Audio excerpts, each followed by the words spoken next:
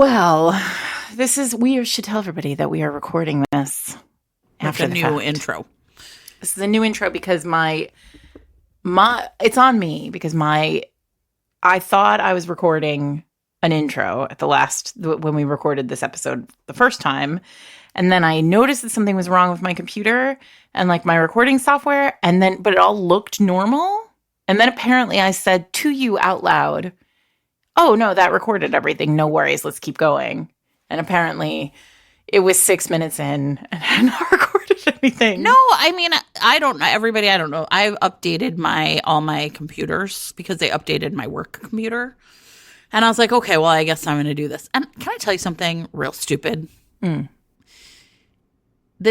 So I am a Mac user, and the new, you are too, but like for those of you listening at home, and the new, like whatever it's called, California town name. Yeah, Big Sur or whatever it's called. Right, whatever it is. It's never like Yakima, by the Fresno. way.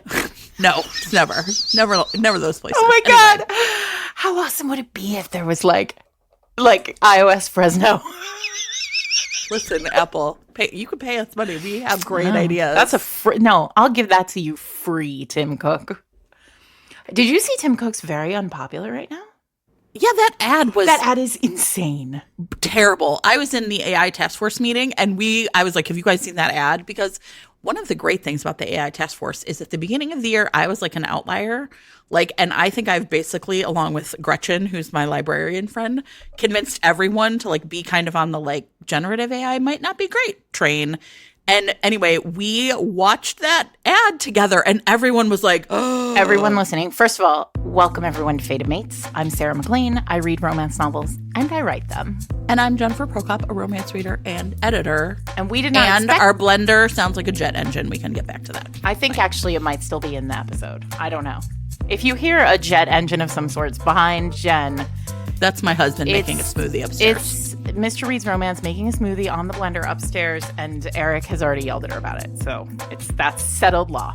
He did ask me, and I was like, it's fine. You're upstairs in the kitchen. It's a very loud blender. It's not okay. You have a disregard of sound. Yeah, I do. Okay. We're gonna fix that though. We're gonna do better. But let's go back to this ad. Because we did not expect to be talking about this ad, but listen. This ad and the way that they launched it into the world, they thought they were so proud of it. A thing. I know. And then everyone's like, first of all, we're going to put it in show notes, everyone, so that you can see it. But if you have not seen, hang on, let me say that again. My phone just made a noise, I think. If you have not seen this ad, basically, it's called Crush. It's unbelievable. Apparently, the new iPad is the thinnest iPad that ever there was. Great. I'm so happy for everyone.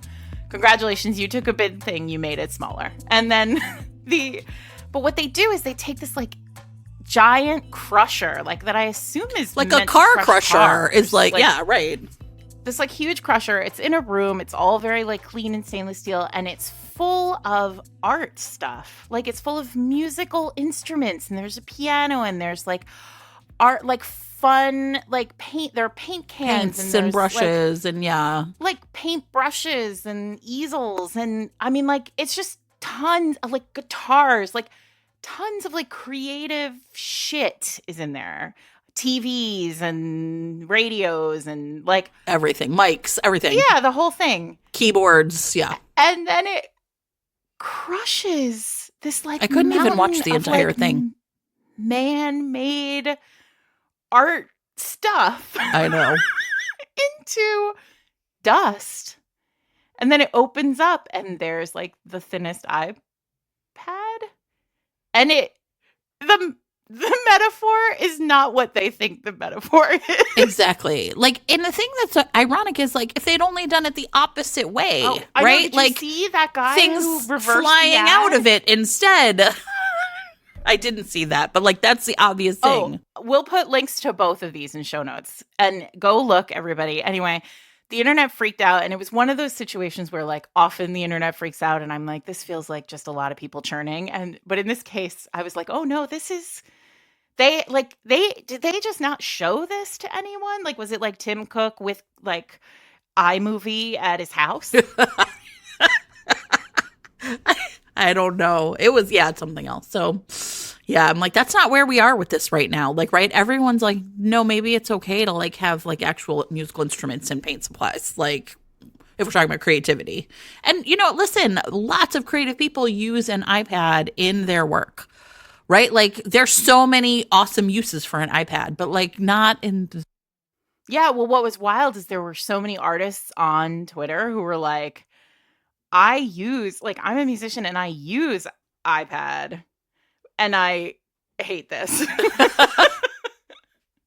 Anyway, it just goes to show that like sometimes you think you've done a thing and like you need to show it to a wide group of people and like get a better sense maybe of like how get a focus group together of like people you don't necessarily text with.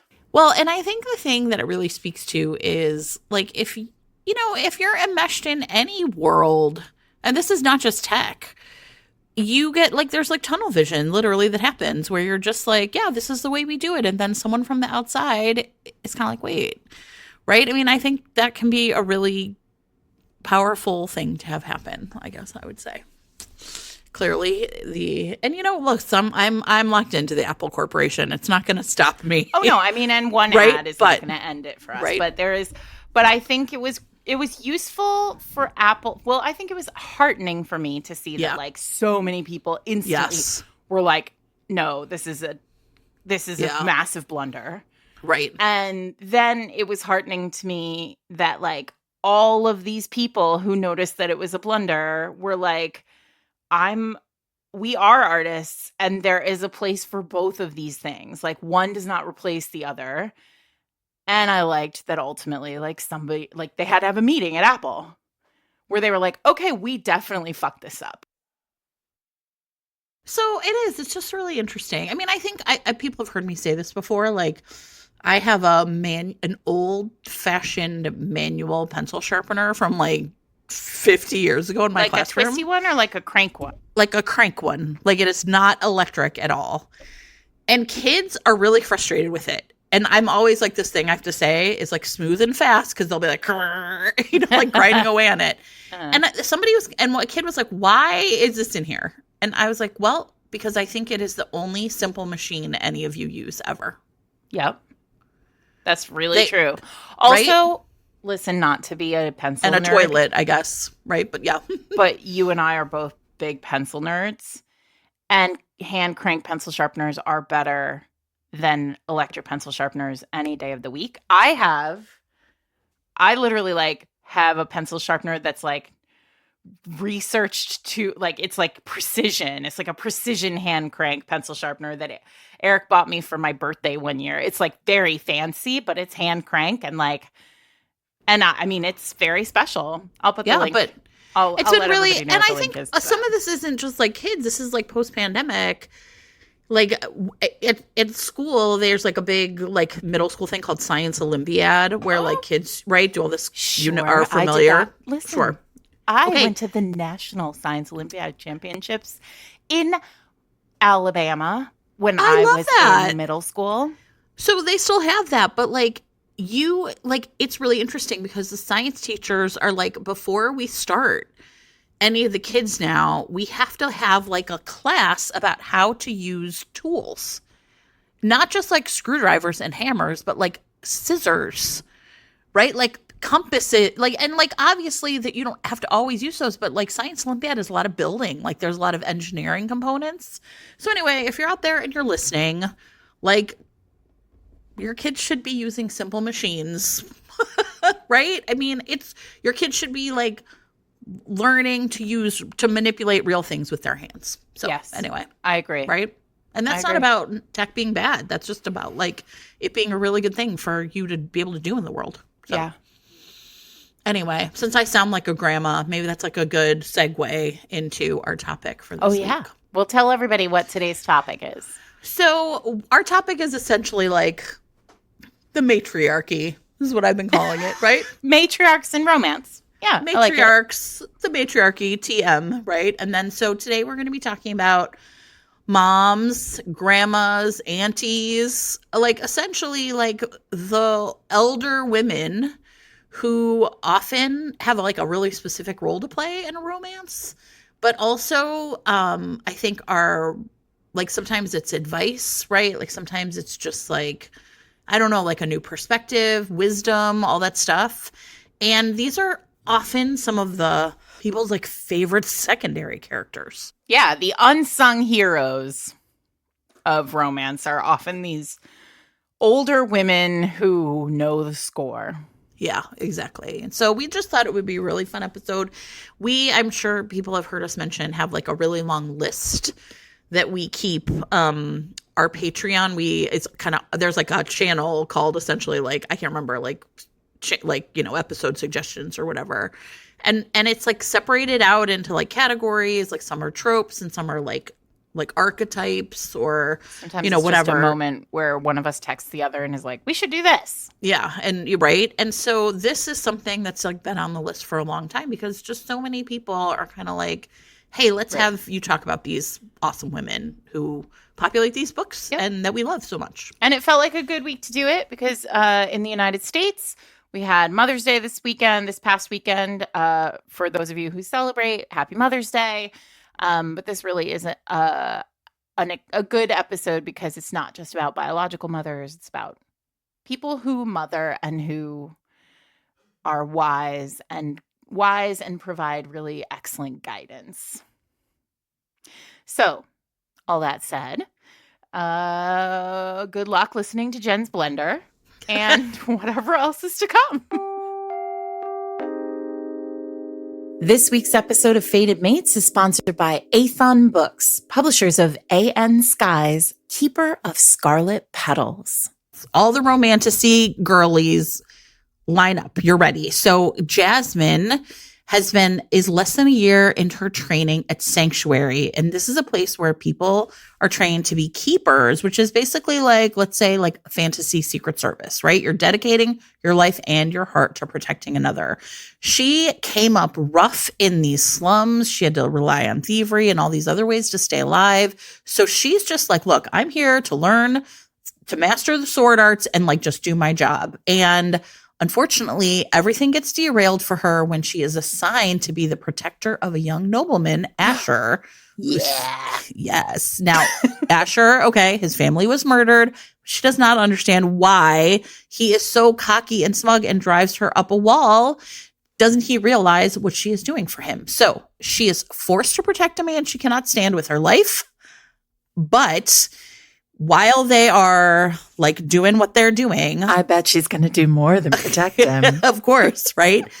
They discover a malevolent plot that is unfolding around them, and they have to rely on each other, even though she was totally convinced that he was not worth her time and attention. Perfect. I love it. Keeper of Scarlet Petals is the first book in a new romantasy series, and it's perfect for anyone who's looking for enemies to lovers vibes, for bodyguard vibes, and for a strong female lead in the vein of Naomi Novik or The Fourth Wing. You can find Keeper of Scarlet Petals in print, ebook, audiobook, or with your monthly subscription to Kindle Unlimited. And if your podcasting app supports it, you can click on the chapter title right now to be taken to buy the book. Thanks to Athon Books and A.N. Sky for sponsoring this week's episode. I do think that it is like kind of impossible to talk about romance novels with good mothers in them without at least like hat tipping to Violet Bridgerton, who is, for me, and I think for a lot of readers who came up in the 2000s era, like the prototype of a romance mom. Now, wait, because I think before we get into Violet Bridgerton, we should get into what was before Violet Bridgerton, which is no family at all. Basically nothing. And like across the board, basically nothing, like very few contemporaries, very few. I literally was sitting here thinking like, who really did this? Judith McNaught did it a few times, and I want to talk. And in my very favorite novella ever, which I talk about every Christmas, there is both the hero has a great mom, and the heroine had a very, very good grandmother. And like those two characters are really important and essential to the text, to the romance. And that of course, I am now drawing a blank on the name of that, but it is the holiday romance that I talk about all the time. We'll put it in, it'll be in show notes. Well, and of course, then you have, it, of course, right? Genevieve from Lord of Scoundrels, which would have been 95. But I mean, I think like those like good parents were really kind of like, I just think, let me actually say it a different way, because sometimes there were bad parents, but most commonly it was just like adults in the world just like weren't really that connected to like family in that way. I can't remember now if we talked about this on the Duke episode, but there was a very, very, very famous moment at RWA. Did we talk about this? About Dukes? There was an editor panel, and there was an editor from Avon on the panel who is now no longer there, and no longer editing. But she was on the panel, and there was a question from the audience about this very thing. Like, why are all the heroes titled, right? And so, of course, like went down the line, and everybody was like, well, the title sort of like, you know, what we talked about last week. Like the title's like shorthand for power. It's shorthand for, you know, this, that, and the other. But the truth is that it got to her, and she said the quiet thing loud, and I respect her for it, but people were really upset. And what she said was that readers in general don't feel like a hero is made man until he is like alone in the world. Like his father has to die for him to be like fully formed as a man. And I think, listen, that's a big problem. I mean, it's a big problem in the world. Like, this is not the way the world works. And there are plenty of like really terrific, fully formed people in the world who have decent parents, or not decent parents, but living parents, right? Right. But that said, like, that was a real vibe in romance in the early days. And like, so it is hard. Well, and look, I think it's like related to something I think about a lot. And maybe we also said this when we talked about like sort of like second generation romance, which is, look, a lot of romance is really built on the idea that like people are a little bit broken or a lot broken. And if you come from a happy family, right? I mean, then how broken can you really be? How much right? internal conflict can you really have? Yes, right? And that's where you get like, for example, in Devil in Spring, right? You get Gabriel, Lord St. Vincent being like, I like sexy sex or whatever, because that's all there is. Your parents were wonderful, right? When that book was coming out, though, I remember having a conversation with you that was like, what is his problem going to be? Like, his parents are the greatest romance couple that ever was. I like kinky sex. Bless Lisa. Bless her forever and ever.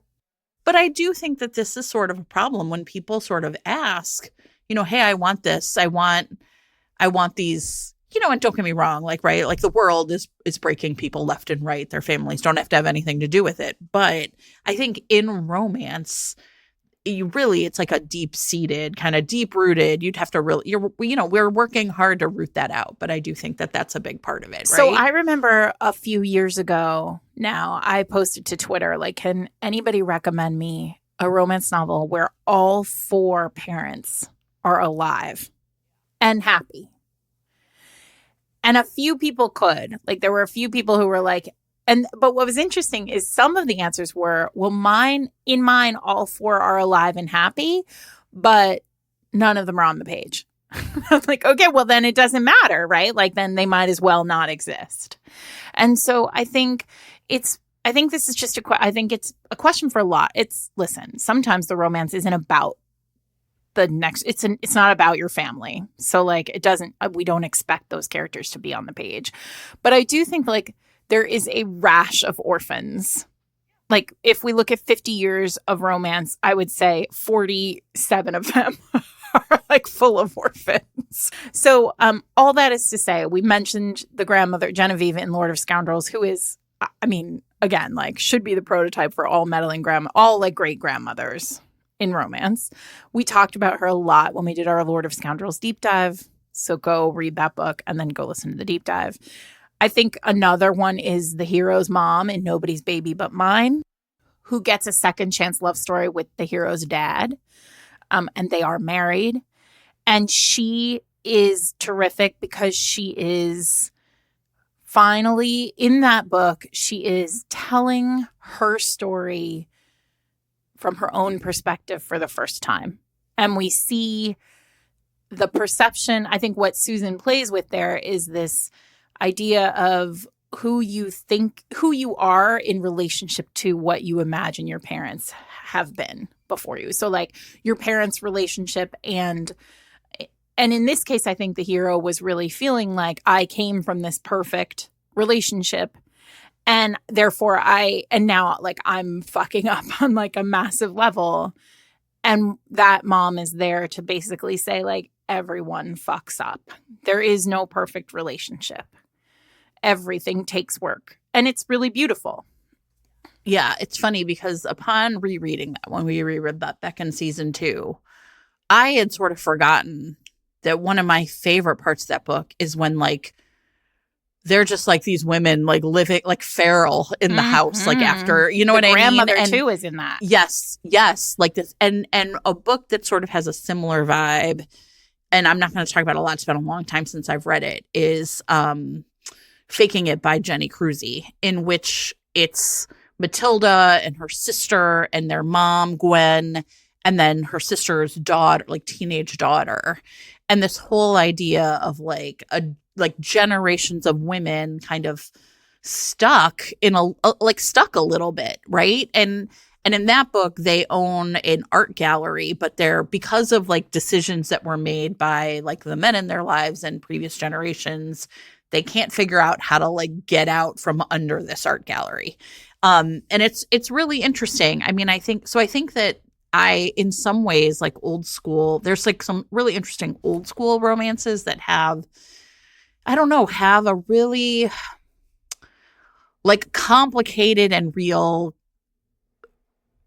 where like the adult children are just learning that their parents are complicated and real, maybe. And I think that is an interesting piece of the Violet Bridgerton, getting back to Violet Bridgerton, who I think, again, is like a prototype for romance moms. Because obviously there are, however many, 8 Bridgerton books. And Violet has been a widow through all of them. Like the trauma of the Viscount Who Loved Me is like the father died of a bee sting, and while Violet was pregnant with the final Bridgerton child. So she's been through this like kind of incredible trauma herself, but like has taken on the mantle of both like soft, caring parent and also like hard. There are moments when she gives like, especially her sons, some pretty tough love. And like I have questions about her parenting with Daphne, because why the fuck didn't Daphne know how babies were made? But, it was a different time. Well, I also think, to be fair, that if we're talking about book Violet, of course, she evolved into book Violet. Yeah. Right? Like, does that make sense? Like, well, she had many books to do it. Yeah, of course. And so, that like when that first book was written, there was no knowledge that Violet would become Violet, is what you're saying. Yeah, which is true of all. Listen, we almost always have this conversation in romance about paranormal, because those are the series that go on and on and on and on. But you can see like in Immortals After Dark or in Black Dagger Brotherhood, like some of the world building is so like light touch in the first book, because they don't know like how long it's going to go. So yeah, I mean, Violet is basically the accession of historicals, right? And then what I think is really interesting is that at some point, Julia gives Violet her story, and it's really kind of bittersweet because we see Violet's love story before with, I forget what Edmund, I think his name is, like Gregory's her son, with Edmund. I think it's Edmund before. So like it's bittersweet because when you read it, you're like, oh, these two really fell in love and we know what's to come. And if I had to guess, just for the Bridgerton people who are listening, it strikes me that, like, at least what's being hinted at for the show is that Violet is going to have a romance of her own on the show. And again, it's sort of perfect. It makes me think of when Yulin Kwong was on talking about adaptations, that, like, that's the right choice for the show. And it's a way to sort of lift up this mother figure in a different way. So all of that is to say, like, I just think you can't do it you can't do this conversation without Violet. Because then I think she did kind of birth she birthed a few, like, sort of decent mothers in historicals, though not enough. I mean, I literally was just talking to Sophie Jordan before we started recording because I was like, surely I am missing something significant. Because I looked at my own books and I've written several living mothers, but only one who I would say is good. Like, I think Tommy's mom is good. And well, and that was like your most recent book. Here's what I will say, Sarah. Like, I think the money in romance is grandparents more than like the people who raised you. Okay. And I think the reason why is kind of because you can plausibly deploy them as secondary characters without all of the burden of, like, you know what I mean? Like, the burden of your relationship with your grandparents don't fuck you up. They don't install your buttons. They don't, Yeah, exactly. And so I think that there's a way in which, you know, if you're writing back to our big conversation at the beginning, a pure romance where it's not like a journey or whatever, right? Like the romance is the main A plot, then too much drama with a parent can kind of sink that ship, right? And so I think that there's a way in which you can talk about family dynamics with a lighter touch when you do grandparents. Sure, sometimes. But don't you also think that moms get a harder shake than dads for heroines often? Like, I think I can name many more heroines with decent dads than heroines with decent moms. I think that's probably the case, sure. And maybe it's in the reverse for heroes. I wasn't thinking about heroes. But why would I?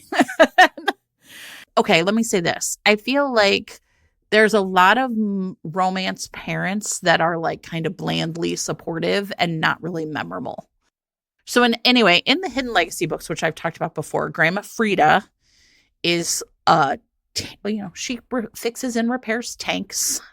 And, in the first 3 books, Nevada, she's really close to the kids. To Nevada and her sisters. This is her mom's mom. Her mom is an ex-sniper, but is, like, a little more prickly. And Grandma Frida is just sort of, like, a little more available to, like, sort of give hugs and has, like, fuzzy duck pajamas and stuff. But also drives tanks and fixes tanks. But also drives tanks. And she's like a really fun character. Like, she's, like, really a perfect romance grandma. One of the things that I think is really interesting, though, is that then Nevada's father's mom in the first 3 books is Victoria Tremaine, is evil, right? She's the evil grandmother who everyone is terrified of. She has the ability to, like, read people's minds, but she's a truth seeker. She can, like, also, like, rip open your brain and just, like, rummage around in it like it's a junk drawer. And this will ruin your brain if she does it to you. So she's, like, really feared. And one of the things that was really interesting and unexpected to me as a reader is that the second trilogy, which is Catalina's books, Nevada's younger sister, essentially kind of does a little bit of a reconciliation tour with evil grandmother, their evil grandmother. And it's really interesting because if you had told me in the first 3 books, like, oh, Victoria Tremaine will be kind of redeemed, I wouldn't have believed it. And yet it worked for me. And I think part of the reason it worked is she is still bad. You know what I mean? Like, we're not, like, sort of like, oh, now she knits sweaters and, makes tea. But also that it's like the process of aging has just made her have different values, right? Or want a different relationship with the only family she has. And so I think one of the things I found myself really interested in general is there's a third sister, and I found myself really wondering, like, well, I wonder what the family angle will be, since they've already sort of mined like these two grandmothers as being a really integral part of the way they think about building this world and these stories. So I think it's great. I think that and part of the reason it also works is Victoria's crimes are in the past and to other people that are not characters. So we don't have anyone pop up and be like, don't you remember when you destroyed my brain? You know what I mean? Like, that's convenient. Yeah, it is, right? It's smart. Like, all those crimes happened literally a generation But that ago. said, like, people can be terrible in the world and also like love their families. Look at the mafia. Exactly. So anyway, the Hidden Legacy series has like some really great grandmothers if you're in the vibe, in the mood for it. This week's episode of Fated Mates is brought to you by Elle Kennedy, author of The Dixon Rule, the second book in her Campus Diaries series. Elle Kennedy's doing hockey now, and that is making a lot of people in romance very, very happy. So here's the setup for this one. Diana Dixon is a college student who has a lot going on for the summer. She is rehearsing for a ballroom dance competition. She's juggling 2 jobs, and she's dealing with an ex-boyfriend who like kind of can't take the hint and get out of town. Despite all of this, she has plenty of time and energy to absolutely loathe the hockey star who has moved into her apartment building. Shane Lindley has an immense reputation for having probably an immense something else. It is it is an Elle Kennedy book, after all. And she cannot stand him despite the fact that he's like really nice to look at. But she sets some ground rules for him. No parties. He absolutely should not hit on any of her teammates, and please leave her alone. What she doesn't realize is that Shane is sick of hookup culture, and he's on the rebound after his long-term girlfriend called it quits. And now he like wants her back. He wants a relationship. And she comes back into the picture, but he has a dumb idea of making his ex-girlfriend jealous. We all know how this is going to go. He convinces Diana that maybe they can like, you scratch my back, I'll scratch yours on this. He'll get rid of her ex. She'll make sure that his ex is jealous enough to like want him back. And listen, these two are going to fall for each other hard, and it's going to be smoking hot. I can guarantee. That is the Elle Kennedy guarantee. Absolutely. So if you are interested in this hockey romance with a fake relationship set in a really well-established world that Elle Kennedy writes in, then you should check out The Dixon Rule. It is available in print, ebook, or with your monthly subscription to Kindle Unlimited. And if you click on the chapter title right now, you will be taken to a link to buy the book. Thank you to Elle Kennedy for sponsoring this week's episode. I also have a grandmother. I love a meddling grandmother. I love a grandmother who has a plan. And this one is, listen, if you love angst, this is a book for you. If you do not love angst, this is not a book for you. And that is my content warning for everyone. But if you do, like, just put on your, get your Kleenex and get going. So, okay. Vi Keelan and Penelope Ward, I'm on the record of, loving their books.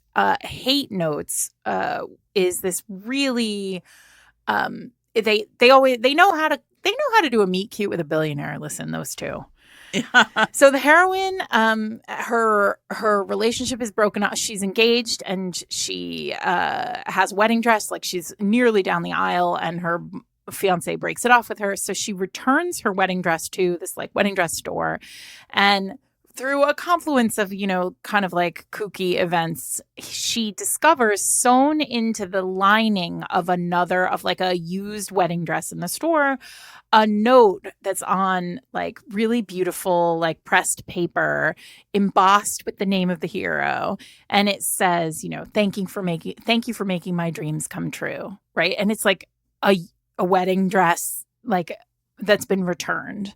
And she's like, how could a person like this possibly like have had their wedding not happen, right? Or have their love story ended. And there's kind of in her head, she's like, this is impossible for me to understand. And also, like, I have to know the story because maybe it will help me get over the fact that, like, you know, all relationships are difficult. So, well, because this is romance, for romance reasons, this is really deployed heavily romance reasons in the beginning of this book. She goes to interview for a new job. And would you believe, Jen? What's about to happen, Sarah? I bet I'll never guess. Who could possibly be interviewing her for a new job? But the same man, Reed, somebody, I forget his last name is, but his first name is Reed. It goes terribly. And she ends up in the bathroom, like, crying after the interview with him. And this, like, elderly woman walks in and, like, has this, like, really lovely conversation with her where she, like, you know, like, bucks her up and then is like, you know what? I'm going to give you that job. I'm going to give you a job. Like, you're going to have a job here. And she hires her on the spot. And turns out that Reed's grandmother has been working for him, you know, for whatever. And she just fucking meddles, like, through the whole thing. And in part, she hires her because she's like, this man needs love. Like, and she's like fully matchmaking these two. Do not call HR. Like, it is a problem. Well, I don't even know what the HR violation is here when, like, he's not the one who hired her. Like, like, when a third party is involved in matchmaking, it's just chaos. But it turns out that the reason why Reed's marriage fell apart and why he doesn't feel like he can ever marry or love again is because he has a chronic illness. And so, like, there's that in there too. Like I said, there's a lot of angst in this book. These two know how to deploy angst. They don't shy away from, like, any of these difficult conversations. But there is a really delightful, Iris is her name, the grandmother, and she's a really fun character. But maybe you're right. Like, grandparents are special in some way, in a way that, like, yeah, parents are not. Yeah, I mean, so I want to talk actually then about, like, a similar setup where it is not that it is a grandmother, but like well, in this case, I guess it was his grandmother, but in A Love Song for Ricky Wilde, there is an older woman who essentially, like, almost, like, takes in the main character to Ricky, right? And this woman's name is Miss Della. And Miss Della is essentially Ricky. She meets Ricky, and it's like this all happens kind of before the book starts. It, like, meets Ricky somewhere, and Ricky wants to, like, leave Atlanta and go to Harlem, go to New York, and open her own florist shop. And Miss Della essentially is like, well, actually, the bottom floor of my kind of Harlem brownstone is, like, set up to be a shop. And why don't you come and you can, like, take it over and you could live in the back. There's, like, a little, like, garden apartment and then the store space. And Miss Della is, like, in her 90s. And it's really clear that there's a way in which Ricky feels this. It's really beautiful. I mean, this is, like, gonna be one of those books that, like, this, I mean, the romance is super memorable. It's kind of got, like, a time travel element. And as you're reading, you're not quite entirely sure what's going on as she meets, you know, sort of this, like, handsome stranger. But Miss Della and her relationship with her is a really beautiful part of this book because Ricky has just never felt like she quite fits in with her family of origin, right? Like, they just don't quite get her. She's, you know, they think she's flighty. They think she's, you know, kind of not really good at the job, even though they run a bunch of funeral homes and she's a florist. That should be, like, a good match, but somehow it's not. And she's not business oriented enough and all this stuff. And Miss Della is someone who just really gets Ricky, and this, like, relationship with this older woman is so beautiful and just makes her feel like there's a place in the world for her. Right. And there's a way in which it's, like, it's just so tender. And then, as she gets to know Miss Della and like starts to take care of her a little bit because this woman's in her 90s and needs some care, you just see it really brings out the best in both of them. And this is I don't know. I just really think that anybody reading this book would just really be won over by the relationship um between these two women. And Miss Stella, I think like her husband has just died and she's sort of alone for the first time. And it's just, I don't know, it's really beautiful. And I think her memories of what it was like to be in Harlem and how the neighborhood has changed are really grounding, especially for like a New York book, which feels so transient, like everything changing, everything so fast. And instead, you have this woman who's like, oh no, this is what it's been like, right? This is what this place used to be. This is how we used to live. And it's especially important because as Harlem is changing, right? Like the sort of Black elder, right? Like the sort of her perspective of what this place was like becomes also really important to Ricky, who I think does something really beautiful with her. Like florist business is like kind of having a hard time getting off the ground. And so when the flowers are kind of like on their last legs, right? Like she's not gonna be able to sell them anymore. She makes these really beautiful bouquets and places them at like famous sites, like Harlem Renaissance sites, and then posts about them on Instagram. Like this was the site where blah, blah, blah happened.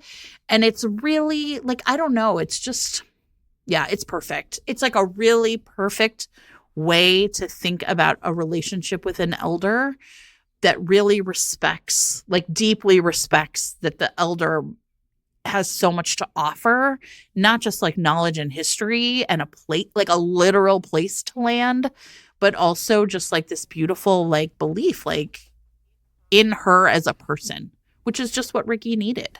It's great. It's great.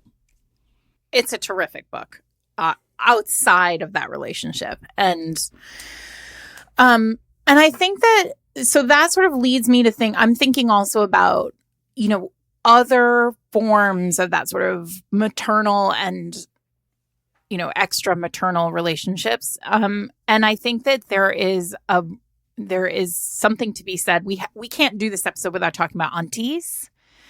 And I think, and it feels like this is the perfect time to talk about Nisha Sharma's current series, which is If Shakespeare Was an Auntie, where she has it's a trilogy. The third one comes out this August. So there's time for you to catch up. But the first one is called Dating Dr. Dill. We talked about it on the podcast before.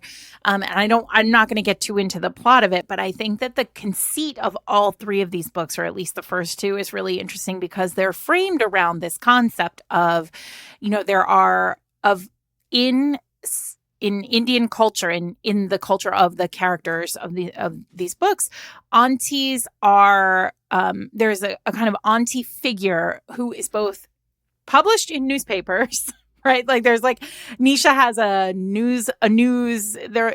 It's not a gossip column. It's like a columnist who like tells you about marriage, right? And also there's like a group chat it's like the auntie WhatsApp group. And each auntie, and this is very cute, Nisha named the aunties after a bunch of South Asian writers who are, I guess in her writer group too. So it's very, very cute the way that it's structured, especially because you sort of feel like, oh, maybe this is the personality of, is Auntie Sonali like, also, is this what Sonali does? It's really like, right? Karina, the heroine of Dating Dr. Dill, her mother is gone. And so these aunties have really lifted her up and are, have really like stepped into that role, that maternal role for her. And aside from being on this WhatsApp group, are also just sort of like around and like in her house when like she's trying to deal with the hero. Just at the wedding in the second book, like they're just constant. There's this constant sort of sense that at any point, like an auntie might pop up and really like cause chaos, and there's something very charming about that. because you really feel like these heroines. And I think Karina especially can be sort of, she can edge into that sort of like strong female character who can like, for a lot of readers, like feel unlikable, whatever that means. You know, we hate that here. But like these aunties are there to like soften her in a really interesting way. Like the writing of the books of the aunties is really designed to like change the way we perceive the heroine and show a different side of the heroine than maybe, you know, what we would see if they weren't there. And I think that in a lot of ways shows us, I think, not just in Nisha's book, but across the board, when you put a caretaking figure or like a figure who's known the person for their whole life, say, like there is a natural sense of who they are outside of who they are in a romance. They're just, if you have these characters to deploy, these older sort of sage, you know, wise characters to deploy, doing it as in character work, like just to evolve a character or fill out a character or give a character more nuance. Some people do that really well. And I think Nisha does that really well in this series. That's Dating Dr. Dill, Tastes Like Shakar, and Marriage and Masti is the third one out in August. Yeah. Well, and I mean, I think when you call if Shakespeare was an auntie, it's just built right into the system, right? Yeah. I mean, and that's the thing, right? Like, that's the part that's like really fun. Like, this is a big part of the way the whole setup works. This week's episode of Fated Mates is brought to you by Sophie Sullivan, author of Love Naturally, a rock-bottom love novel. Jen, Presley Ayers is a woman after our own heart. She hates camping. And I'm actually not sure she's ever been camping, but I support that. You can still know that you don't like it, even though. Listen, I know I'll hate camping. I know it.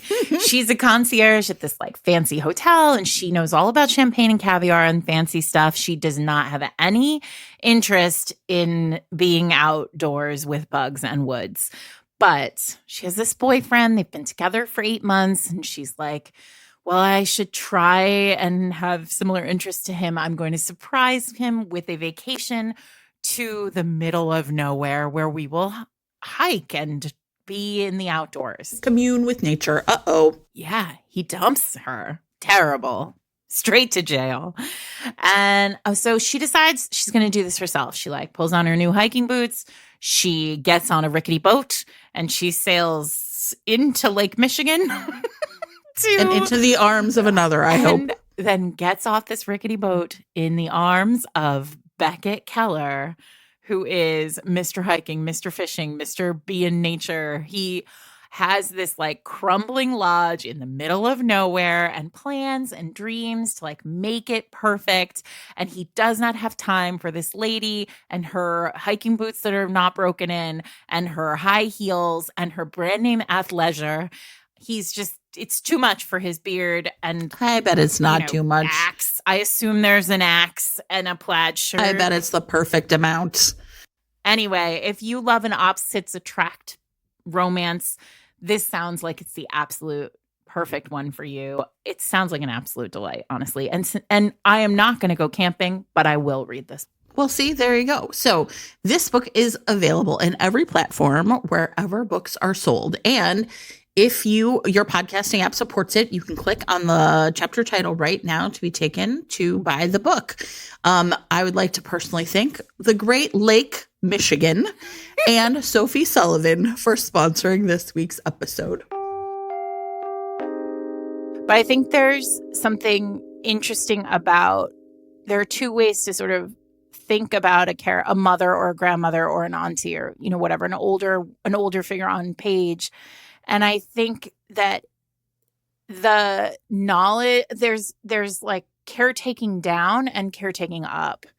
And I think what we are seeing more frequently now in 2024, I feel like I've seen more of these, is the kind of awareness that older characters need care, right? We're seeing the sandwich generation kind of written into the books. if that's something that you're like going through or thinking about, Jess K. Hardy's Bluebird Basin series is for you. I talked about this book last summer. The first book in the series, Come As You Are. Um, the There are two books in the series now. The second one is called Just Like Sugar, or no, the second one is called Lips Like Sugar. Um, and the the premise is it's sort of set in a small town in, I think, Montana, on like a private ski resort in a like tiny little town. And the two heroes are basically like aging former rock stars. Like, I mean, it's like, imagine if like Dave Grohl and Eddie Vedder just sort of rolled into town, like, and just like randomly were heroes in your town. So like, it's great in the sense that like there is that sort of very clear fantasy piece of it, but both of the heroines in both of these books have mothers who, in the first one, the father died and left the ski resort to the heroine, and the mother is kind of like dealing with grief, like she's in the wake of grief, and the heroine like feels very burdened by like the responsibility of like keeping the family business alive, making sure that it thrives, and also like caring for her mom. And then in the second one, Lips Like Sugar, the heroine owns a bakery, and the mom and lives upstairs in the apartment upstairs with her son and her aging mother, who is really in the early stages, it seems, of like Alzheimer's. Like she's having memory issues, and the heroine is having to deal with that. So these are like, I think what Jess does really well in both of these books is she takes the like rock star fantasy, and these books, by the way, are very sexy and hot. And like these heroes kind of come in and like find a space in the existing life of the heroines. Like they are not pulled out of their small town life to like go on tour with these rock stars, because these guys don't go on tour. They're done with that part of their life. But they still have all the like sexy hotness of original rock stars. It's actually kind of perfect. It's like a perfect setup. And then on the other end, like suddenly they have a partner who is there to help them like do that work of caretaking, which is really a lovely piece of romance that I don't think we used to see so much, because romance characters were, heroes and heroines were, like we said, alone. And so if they didn't have parents, then parents didn't age like on paper. So there's something very refreshing and lovely about these books by Jess. I mean, the heroines are older, like they're billed as Gen X romances, and maybe that's why I'm so drawn to them. But they feel very authentic and real, and that the mother piece of it in both really informs the structure of the romance and helps you kind of see how these heroes are committed to loving the heroine and all of her life. Yeah, I mean, it's, as somebody who has an aging parent, like it's nice when my husband is like, let me carry some of that weight for you. I'm going to talk about maybe something that strikes me as potentially being the inverse, which is I was really moved by the relation in Simply the Best by Susan Elizabeth Phillips, which is her newest book. Rory is the main character, and she is really like kind of adrift. She's a chocolatier, but she's never really had a like full-time job, and she's, you know what I mean? Like she has like a kind of has been talked into buying like a food truck to sell chocolate out of, but like it's all just kind of messy, and you can tell that you're like, what's going on with this woman? Like she's not super young, right? Like she sort of feels like kind of like not midlife crisis. She's not that old, but just like someone who hasn't like quite launched yet. Maybe she's like 30 or something. But the part that's really interesting is her brother, Clint, is a like pro quarterback. So here is someone who is, has like figured it out, right? And it's and then, and I, I kind of assumed, oh, this must be the younger sister. She like lived in his shadow or whatever. And it's not that. He's the younger brother. And you kind of eventually start to figure out that her dad remarried, and Clint is the child of that second marriage. So this is her half brother. And she and her stepmom had this really fraught relationship when she was a teenager. And she was like, Clint was this golden child and I could never do anything right. And so instead of feeling supported, she was always kind of like, fine, these people don't want me anyway, kind of thing. And and so what happens in the book is that Clint goes missing. His girlfriend shows up dead. Clint is missing. And the romance is between Rory and Brett, which is like Clint's agent. They're going to like find him together. And what's fascinating about it though, and what I really found, again, like kind of super poignant, is that Clint's mom, right, her stepmom, ends up being a character that we understand that Rory has to like both like has to kind of come like they as two women now, right? Not a mother and a daughter, but as two women have to really kind of find a way to like get past the rocky start they had. And just like, we're only really in Rory's point of view, obviously, and she's just kind of like, judging almost like, right? Like I was excluded. I never felt like I fit in. And then we kind of later on get her stepmom's point of view, who's kind of like, you didn't like me and I tried so hard, but I was trying hard in the wrong ways. And then I was awkward. And that's so nice. It is. And I was really, really won over by like not a secondary romance, right? Which Susan Elizabeth Phillips is sort of famous for, but instead like this kind of secondary chance between Rory and her stepmom. Because stepmothers are so naturally predisposed, like they're predisposed in fiction to be evil. And you start off sort of thinking like, oh yeah, that's the case here. And then instead it takes a really different turn. And so this was a book that, like I said, obviously it just came out this spring.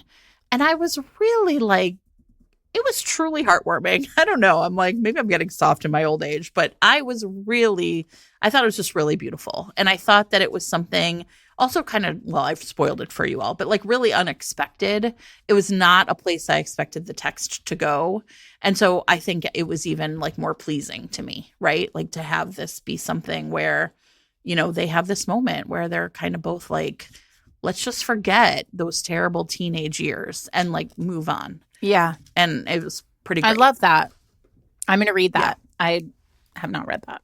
So listen, you are not going to be sad you read it because Susan Elizabeth writes great characters. Yeah. Such good writing. What else? Okay. In Priscilla Oliveras' The Island Affair, there is the structure of this book or the setup of this book is that Sarah, the heroine, her mother has just completed chemotherapy and they are going on like a trip. The family has decided they're going to go on a trip to like celebrate the fact that she's like done and she's, in remission. And Sarah, the main character, has decided that she will go, and she's very excited to like fly and meet these people in Key West, which is where all these books are set. And her boyfriend's going to come with her, except right beforehand, you can imagine what happens. So she ends up sort of asking this other guy if he will go with her and like basically pretend to be her boyfriend so that like she won't like nothing will no there will be no shadow cast on this like perfect vacation. A real like romance reasons-y setup here. They get there and it's interesting because her mom was a doctor and this is actually pretty similar in structure to, or at least similar to what you were talking about the like value of that Susan Elizabeth Phillips stepmother. But like her mom was a doctor and they were the two of them were like both her parents were doctors, and they were not really available to her as children when they were children, because they were like out being, whatever. And she was raised by her nanny, and like she has this very sort of like buttoned up life where she cares about her parents and they care about her, but they don't have a very like open sort of fluid relationship. The hero, Luis, has like this enormous Cuban family that like goes in every direction. We've met him before. He's part of this firefighter group that is in the whole series. And so he is like, so the two of them have these kind of diametrically kind of opposed family experiences. And when he comes with her to the island, he's like, oh, your family is like pretty different than mine. And like at the same time, she's kind of obsessed with like how his family operates and like the kind of big boisterous experience of his family. And so I think what goes on here is this really interesting push-pull of like learning each other through family, like, which again, we don't see very often in romance, because it's often like, oh, now I understand why you're broken because your dad was terrible or whatever. But like, what happens if your parents aren't terrible and they just like installed your buttons? And I think that's what Priscilla's really playing with here. Priscilla talks all the time about like familia being like her driving influence in writing. Like there is no every one of her books, theme, right? It's her word. If we all have a core story, that's hers, right? And so I think like, but what Priscilla's always doing in her books is sort of thinking about how family builds us, which of course we should all be doing, but she does it in a really like beautiful way. And I mean, I recommend her books to anybody who's interested in family as a concept in romance. But in this book, Sarah's mother is really interesting to me because she has been through this life-changing experience and then kind of comes out on the other side. And there is this kind of like question with her of like, how will things shift, right? What happens when you've been through this journey and now you have a second chance? Okay, I have one more that is also about moms. I might cry a little when I talk about this one. I didn't think so, but just thinking about what I was going to say, I felt myself. I was like, oh man. So it doesn't come out until June 11th, everybody. So you're just going to have to like put it on your list and we'll remind you, which is a book called Everyone I Kissed Since You Got Famous by May Marvel. And in this book, we have Katie Price, who is a Hollywood superstar, just like an actress who has been like touched by the gods, it seems like, right? Like just like super famous. Everyone knows her. And she grew up in like Green Bay, Wisconsin, and her best friend, like in high school, was Will Green. And their moms were best friends. That's how they met, like sort of this thing where they've known each other their entire life. And Katie's mom is Diana, and Will's mom is Beanie. And what happened is Katie, like, and it takes a long, I don't want to it's like really hard because I've never talked about this book before. So there's like, I'm kind of trying to keep the focus on the moms. But basically what happened, I'll just say, is they left for college and then never saw each other again, even though they were so close when they were seniors. And it turns out that like Will's dad died, but Katie felt like she was too famous to come without disrupting the whole funeral. And Katie, it turned out, had like immediately fallen in with a man who was really like abusive, like sort of in that Hollywood way, like I made you. And it takes a really long time for these two women to sort of share not just like what they went through as their kind of friendship fell apart, but what their moms went through and how their moms helped them. And so like Katie, like essentially once she got away from that man, like pledges to never talk about him publicly again, even though he is constantly talking about her, and is essentially always trying to like steal her thunder, steal her limelight. It's been a decade, but he's still kind of trying to say like, I'm the one who made Katie Price. And it comes to pass, and I don't want to like spoil it for people, but I think it's fine, that when Katie finally realized she had to get away from him, she called her mom, and her mom came to get her. Yeah. And then the way that her mom and dad like had to move to like Katie had to buy them a new home, and it has to be protected from the press, and and her mom and dad will essentially do everything they can to protect her. That's such because a good setup, a good piece of it. Yeah, and yet like Beanie is Diana's best friend, but you know what I mean? So it's this fascinating layering of like how Katie and Will and their like developing relationship, and like them figuring out like, oh God, we were in love with each other when we were seniors in high school. We just didn't know it.